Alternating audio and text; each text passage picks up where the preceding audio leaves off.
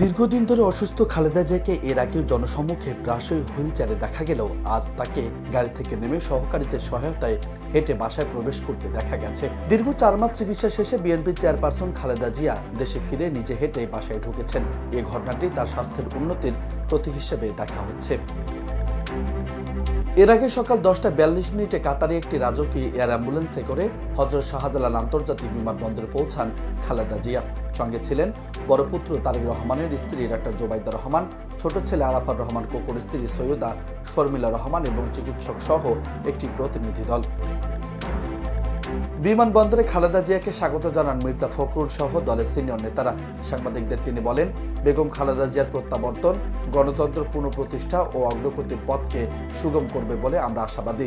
দীর্ঘ প্রায় 4 মাস পর তিনি দেশে ফিরলেন, এটা আমাদের ও জনগণের জন্য অত্যন্ত আনন্দের বিষয়। চলতি বছরে 8 জানুয়ারি উন্নত চিকিৎসার জন্য খালেদা জিয়াকে লন্ডনে নিয়ে যাওয়া হয়। সেখানে টানা 17 দিন চিকিৎসাধীন থাকার পর গত 25 জানুয়ারি খালেদা জিয়াকে তার বড় ছেলে তারেক রহমানের বাসায় নিয়ে যাওয়া হয়। বাসা থেকে লন্ডন ক্লিনিকের বিশেষজ্ঞ চিকিৎসক অধ্যাপক প্যাট্রিক কেনেডি ও অধ্যাপক জেনিফার ক্রুসের তত্ত্বাবধানে তিনি চিকিৎসা নেন।